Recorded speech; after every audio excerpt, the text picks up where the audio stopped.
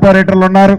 వారందరికీ వేదిక ముందున్న నా కుటుంబ సభ్యులందరూ, ప్రింట్ అండ్ ఎలక్ట్రానిక్ మీడియా అందరికీ శిరస్సు వంచి పేరు పేరున హృదయపూర్వక నమస్కారాలు, వందనాలు. మీ అందరికీ లేటుగా నూతన సంవత్సర శుభాకాంక్షలు, సంక్రాంతి శుభాకాంక్షలు కూడా నా కుటుంబ సభ్యులందరికీ తెలుపుతూ, మార్పు కావాలి, అది ఇందిరమ్మ రాజ్యంతోనే సాధ్యమని ఇందిరమ్మ రాజ్యాన్ని తెచ్చుకొని సంవత్సరం పూర్తి చేసుకుని 2వ సంవత్సరంలో కాలు పెట్టాం. రాష్ట్రంలో ఆర్థిక పరిస్థితులు అనేక ఇబ్బందులు ఉన్నా, ఎన్నికల ముందు ఏవైతే వాగ్దానాలు చేశామో చేసిన వాగ్దానాలని మొదటి సంవత్సరం కొన్ని చేశాం.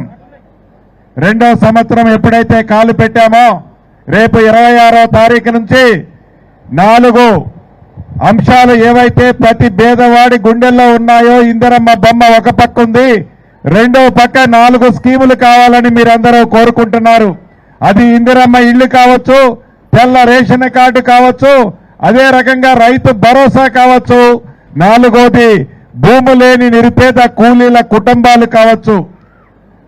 గౌరవ ముఖ్యమంత్రి రేవంత్ రెడ్డి గారి నాయకత్వంలోని మన ప్రభుత్వం చిత్తశుద్ధితో వీలైనన్ని మంచి కార్యక్రమాలు పేదోడికి ఇవ్వాలని తపనతో ఎన్ని కష్టాలు వచ్చినా, ఈనాటి ప్రతిపక్షం ఎన్ని అవాక్కులు చవాక్కులు పేలినా ఇచ్చిన మాటకి కట్టుబడి ప్రతి పేదవాడి ఇంటికి మంచి కార్యక్రమాలు అందించాలన్నదే మన ప్రభుత్వం యొక్క చిత్తశుద్ధితో పనిచేస్తుందని మీ అందరికీ తెలియజేస్తున్నాను. ఇక్కడ ఒక విషయం మీరు గమనించాలి. గత ప్రభుత్వం చూశాం, ఈ లిఫ్ట్ ఎప్పుడో శాంక్షన్ చేయొచ్చు, కానీ ఆనాటి ప్రభుత్వానికి ఆ సోయి లేదు.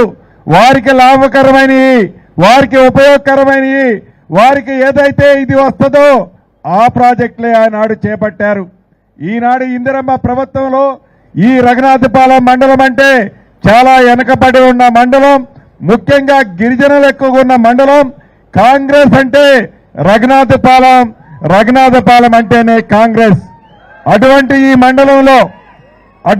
మండలంలో మన ఇందిరమ్మ ప్రభుత్వంలో ఇప్పుడు ఏవైతే అభివృద్ధి సంక్షేమ కార్యక్రమాలన్నింటినీ ప్రతి పేదవాడి ఇంటికి చేర్చే బాధ్యత మన ముఖ్యమంత్రి రేవంత్ రెడ్డి గారిది, వేదిక మీద ఉన్న మా అందరిది అని మీ అందరికీ మరొక్కసారి తెలియజేసుకుంటూ సేనా రామ్ చెప్తూ సెలవు తీసుకుంటున్నాను.